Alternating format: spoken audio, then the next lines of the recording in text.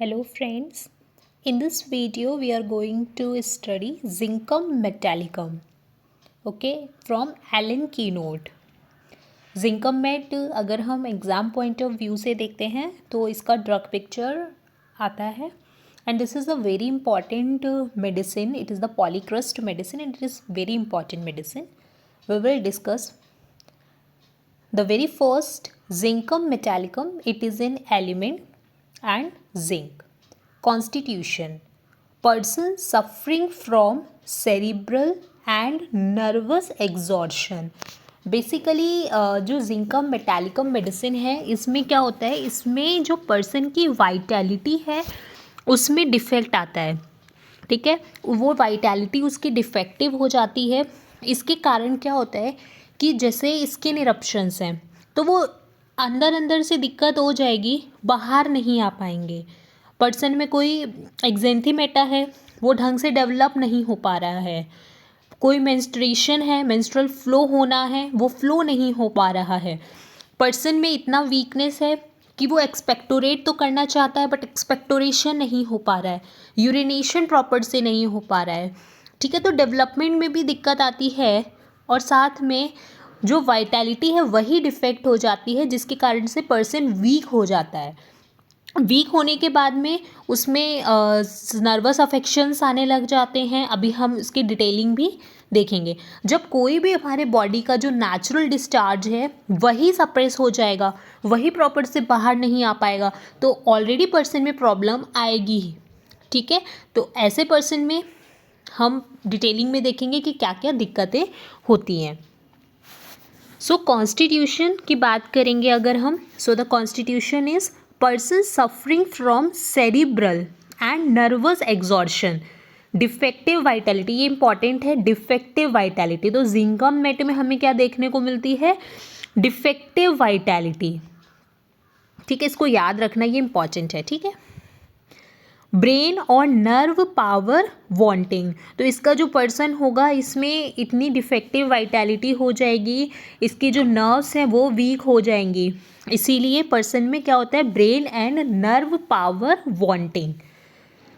To weak to develop exanthemata और menstrual function, to expectorate, to urinate. तो ये person क्या हो जाएगा, जब उसमें कोई भी नर्व पावर नहीं रहेगी, बिल्कुल भी ताकत नहीं रहेगी, ब्रेन में दिक्कत रहेगी तो पर्सन क्या हो जाएगा, वीक हो जाएगा. तो मेंस्ट्रुअल फंक्शन में दिक्कत आएगी, एक्सपेक्टोरेशन में, यूरिनेशन में, टू कॉम्प्रीहेंड, टू मेमोराइज. ठीक है, mental generals. Child repeats everything said to it. बच्चे से जो भी बोलोगे बच्चा बार बार रिपीट करेगा. क्यों रिपीट करता है, क्योंकि उसको चीज़ें समझ में नहीं आती हैं एक बार में. अगर मैंने किसी कुछ बोला उसको एक बार में चीज़ समझ में नहीं आएगी तो वो बार बार उस चीज़ को रिपीट करके समझेगा. और ये इम्पॉर्टेंट है even MCQ point of view से भी. अगर आप प्रिपरेशन करते हैं आगे का MD के लिए तो उसमें भी ये बहुत ज़्यादा MCQ देखने को मिलता है. Child repeat everything to it. Medicine कौन सा होगा, जिंकम मेटालिकम. ठीक है, नेक्स्ट अगर हम फिजिकल जनरल्स की बात करेंगे. हंगर, रेविनस अबाउट 11 और 12 AM. मॉर्निंग में इसको बहुत ज़्यादा भूख लगती है, रेविनस, हंगर. और इम्पॉर्टेंट क्या है, जब इसको भूख लगती है जिंकम मेट के पर्सन को तो ये बहुत जल्दी जल्दी खाने की कोशिश करता है. जैसे नहीं होता है कि बिल्कुल ग्रेट ग्रीडीनेस व्हेन ईटिंग, जब खाएगा तो बिल्कुल ऐसे खाएगा जैसे कभी मिला ना हो ऐसे करके, लेकिन can not eat fast enough. ये इंपॉर्टेंट है. बिल्कुल जैसे लालचियों की तरह जल्दी जल्दी खाने की कोशिश करता है बट जल्दी वो खा नहीं पाता है. ये इसका इंपॉर्टेंट है. खाने की कोशिश करता है, बहुत लालची होता है कि जो भी है जल्दी जल्दी खा लो, बट खा ही नहीं पाता है जल्दी. Incipient brain diseases in the children. ठीक है, तो बच्चों में क्या होगा कि ब्रेन डिजीज डेवलप होना शुरू हो जाएंगी. सो हंगर, रेविनस अबाउट 11 और 12 AM. सल्फ़र में भी होता है, सल्फ़र को भी सुबह सुबह 11 बजे भूख लगती है. Great greediness when eating, can not eat fast enough. उसको बहुत ज़्यादा ग्रीडीनेस रहती है बट जल्दी जल्दी खा नहीं पाता है. नेक्स्ट, फीट स्वेटी एंड सोर अबाउट टोज. टोज के अराउंड में क्या होगा, तो फीट में क्या होगा, स्वेटिंग देखने को मिलेगी, सोरनेस होगी टोस के अराउंड में, फेटेड मतलब ऑफेंसिव स्वेट रहेगी, फेटेड सप्रेस्ड फुट स्वेट। ठीक है, मैंने बोला कि जितने भी जिंकम मेट के डिस्चार्जेस होते हैं वो क्या हो जाएंगे, due to the defective vitality, वो प्रॉपर से, अगर स्किन का eruption है तो वो प्रॉपर डेवलप नहीं हो पाएगा, एक्सपेक्टोरेशन प्रॉपर नहीं हो पाएगा, सप्रेस्ड फुट स्वेट। ठीक है, तो यहाँ पे क्या हो रहा है कि जो फुट स्वेट है वो सप्रेस हो रहा है, क्योंकि जो भी डिस्चार्जेस है इसके वो सप्रेस हो रहे हैं, फुट स्वेट भी सप्रेस होगा। During sweat cannot tolerate any covering. ठीक है, जब इसको स्वेटिंग होगी तो कोई भी क्लोथ को बियर ये नहीं कर पाएगा। During sweat cannot tolerate any covering. Comment में बताना, एक क्वेश्चन है, surface cold to touch yet cannot bear to be covered, throws off all the covering, cold to surface, cold to touch yet cannot bear to be covered, throws off all the covering। ये कौन सी medicine में है? Okay, tell me in comment. Next zincum met में क्या है, urinary भी इसका इंपॉर्टेंट है। यूरिनरी में क्या होगा, can only void urine while sitting bent backwards. तो पर्सन कैसे यूरिन वॉइड कर पाता है, वाइल सिटिंग बेंट बैकवर्ड। यहाँ से एक इम्पॉर्टेंट आता है, मैग म्यूर में एक सिम्टम दिया हुआ है, मैग्नीशियम म्यूर में यूरिनरी का एक सिम्टम है, वो भी वहाँ इम्पॉर्टेंट है। मैगम्यूर में एक सिम्टम है, कैन ओनली, यूरिन का बात कर रहा है। ठीक है, urine can only be passed by bearing down with abdominal muscles, weakness of bladder. ठीक है, तो मैगम्यूर में यूरिन का सिम्टम क्या है कि वो प्रेस करता है आगे की तरफ को और तब जाके उसका यूरिन पास होता है, क्योंकि उसमें क्या होता है, ब्लैडर में वीकनेस आ जाती है। ठीक है, और जिंकम मेट में क्या है, जिंकम मेट में यूरिन कैसे पास हो रहा है, वाइल सिटिंग बेंट बैकवर्ड। ठीक है, this is the difference zincum met के यूरिन में और मैगम्यूर में। मैगम्यूर में क्या हो रहा है, आगे की तरफ वो बियर डाउन कर रहा है एब्डोमिनल मसल्स को। जिंकम मेट में क्या हो रहा है कि वो बेंट बैकवर्ड कर रहा है।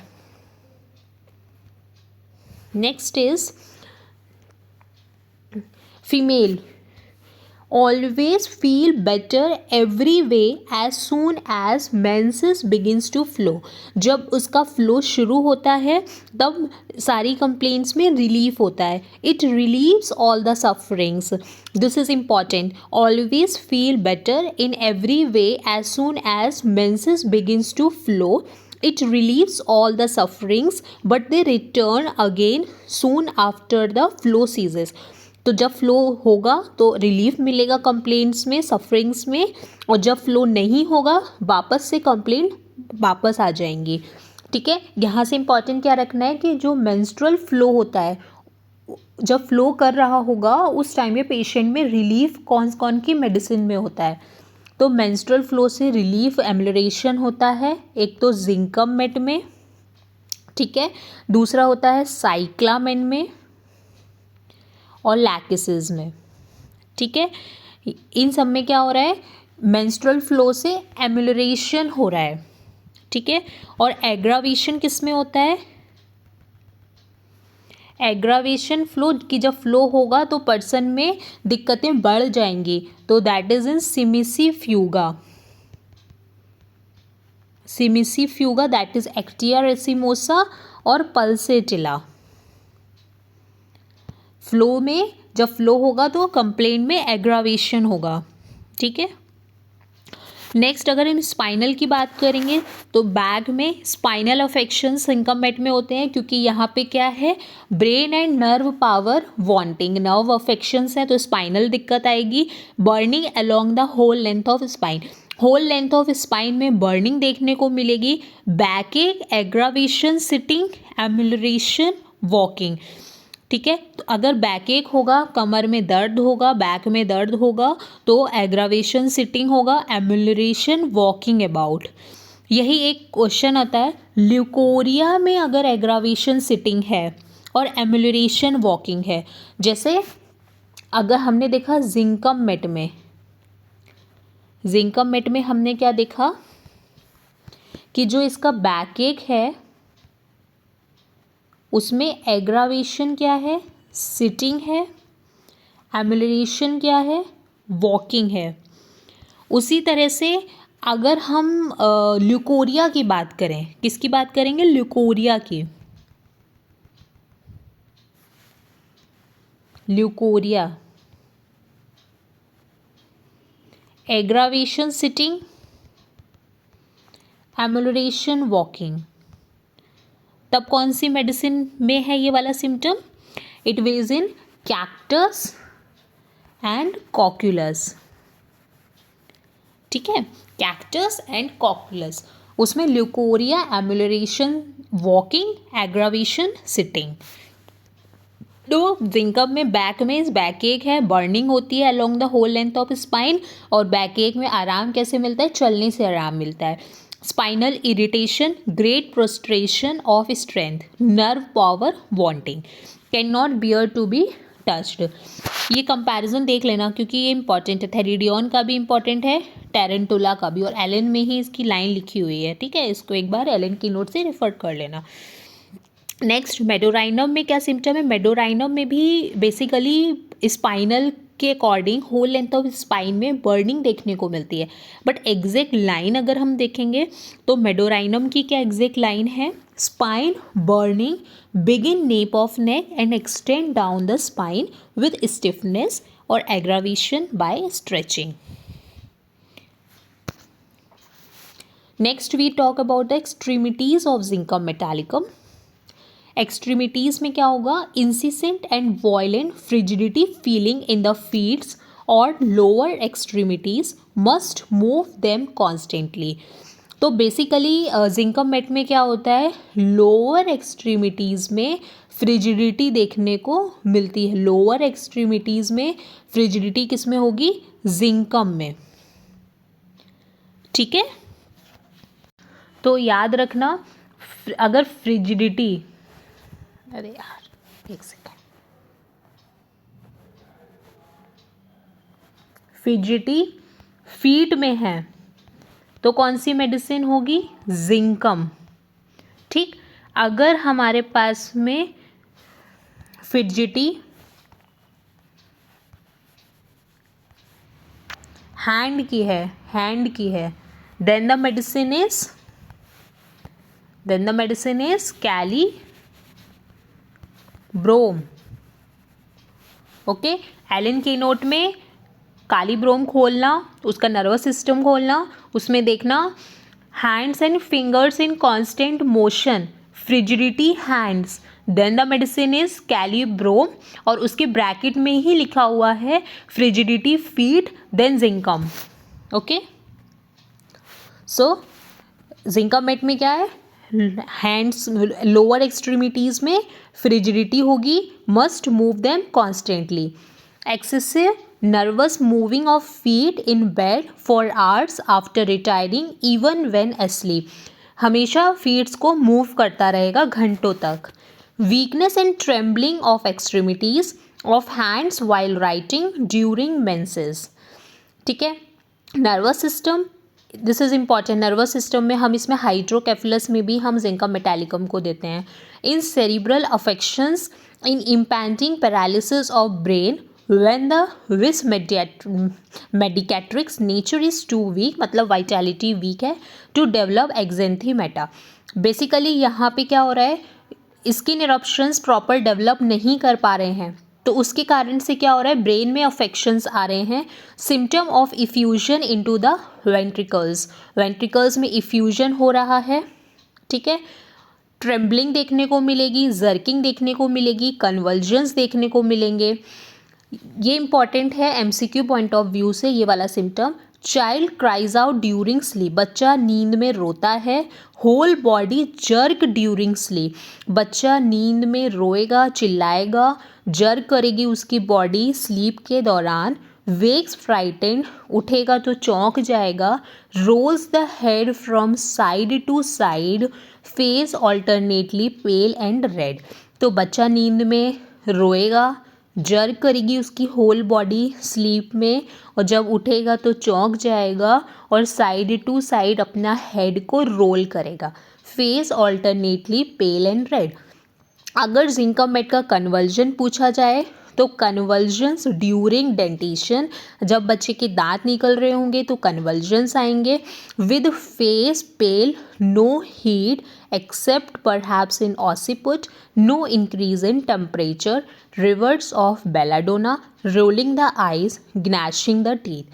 Whenever there is convulsion in the zincum metallicum, there will not be any rise of temperature, मतलब कोई भी हीट देखने को नहीं मिलेगी, फेस पेल हो जाएगा। डेंटिशन के टाइम पे बच्चे में कोई भी हीट नहीं है, कन्वल्जन्स आ रहे हैं, दांत किटकिटा रहा है, ग्नैशिंग ऑफ टीथ हो रहा है, आइज़ को रोल कर रहा है, बट टेम्परेचर राइज नहीं है, then you can think of zincum metallicum. If there is rise of temperature, then belladonna medicine के अपोजिट है, बेलाडोना में राइज ऑफ टेम्परेचर होता है। ठीक है। Automatic motion of hands and head, head और हैंड का ऑटोमेटिक मोशन, और वन हैंड एंड हेड। ठीक है। तो यहाँ पे बेसिकली लाइन से क्वेश्चन आता है कि जैसे जिंकम मेट में क्या दिया हुआ है, automatic motion of head and hand और वन हैंड एंड हेड। उसी तरह एपोसाइनम में भी मोशन का दिया हुआ है, बट वहाँ पे क्या दिया है लाइन, एपोसाइनम में voluntary motion of one arm and one leg. यहाँ पे जिंकम मेट में क्या है, ऑटोमेटिक मोशन है। ठीक है। वहीं एपोसाइनम में क्या है, वॉलेंट्री मोशन है। ब्राइनिया में भी लाइन लिखी हुई है, बट ब्राइनिया में लेफ्ट आर्म एंड लेग की बात की गई है, और हेलिबोरस। ठीक है। Next, Korea from suppressed eruptions from fried. वही मैंने कहा, प्रॉपर से एक्जेंथीमेटा डेवलप नहीं कर पा रहे हैं, there will be suppressed eruption, तभी ब्रेन कंप्लेंट्स आ रही हैं, और कोरिया डेवलप हो रहा है। Chorea from fright, medicine zincum metallicum. तो डायरेक्ट ये भी आ सकता है, chorea from fright, which medicine, zincum metallicum. Next, twitching and jerking of single limb, single muscle में अगर ट्विचिंग और जर्किंग हो रही है, जिंकम मेटालिकम। अगैरिकस की बात करेंगे तो अगैरिकस में क्या है, single muscle to dancing of whole body, then the medicine is agaricus. Ignatia में क्या है, ट्विचिंग, सिंगल लिम्ब की ट्विचिंग होती है, और whole body when falling asleep. तो सिंगल मसल में अगर ट्विचिंग हो रही है, then the medicine zincum metallicum. अगर सिंगल लिम्ब में ट्विचिंग हो रही है तो मेडिसिन इग्निशिया हो जाएगी, और single muscles to dancing of whole body, then the medicine is Agaricus. Next, skin में चिलब्लेन्स, पेनफुल, एग्रावेशन, बर्निंग। अब यहाँ पे कंपैरिजन चिलब्लेन्स का भी आता है। ओके, तो अगर इचिंग चिलब्लेन है, then the medicine is abrotanum. Chilblain itch and burn intolerably, then the medicine is agaricus। ठीक है। तो अगर चिलब्लेन में केवल इचिंग हो रही है तो मेडिसिन एब्रोटेनम होगी। अगर चिलब्लेन में इचिंग के साथ साथ बर्निंग भी है, then the medicine is agaricus. और अगर चिलब्लेन में दर्द बहुत है, पेनफुल है, और रबिंग से उसमें क्या हो रहा है, एग्रावेशन देखने को मिल रहा है, then the medicine is zincum metallicum. So this is the comparison of chilblain. Even chilblain का एक बार पेट्रोलियम में भी देखना, उसमें भी चिलब्लेन्स की मेडिसिन होती है, और उसमें भी एक लाइन लिखी हुई है एलन की नोट में। ठीक है। नेक्स्ट, अगर हम मोडालिटीज़ की बात करेंगे तो इसमें aggravation of many symptom from drinking wine even small quantity. तो जिंकम मेट में अगर स्मॉल क्वांटिटी में वाइन को ड्रिंक करते हैं तब भी उसमें एग्रावेशन देखने को मिलता है। एम्यूलरेशन, सिम्टम ऑफ चेस्ट, अगर चेस्ट के कोई सिम्टम है, एम्यूलरेट कैसे हो रहे हैं, बाय एक्सपेक्टोरेटिंग। ब्लैडर के कोई सिम्टम है, that will be ameliorate by urinating. Back का कोई सिम्टम है, that is ameliorate by emission. ठीक है। और जनरल में एमुलरेशन किससे होता है? मेंस्ट्रुअल फ्लो से। एग्रावेशन वाइन कौन कौन सी मेडिसिन में है?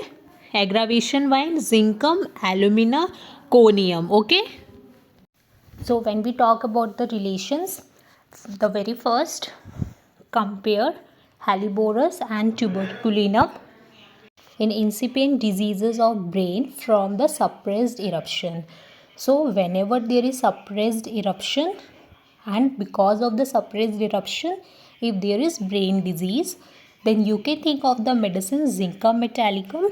Along with that, Helleborus and tuberculinum, they are also the medicine of the suppressed eruption from the brain disease. It is followed well by Ignatia, but not by Nux vomica, which disagrees. This is very important from the MCQ point of view. Okay, so Zincum metallicum, it is followed well by Ignatia, but not by Nux vomica, which disagrees. Inimical to the Chamomilla and Nux vomica should not be used before or after it. Thank you so much.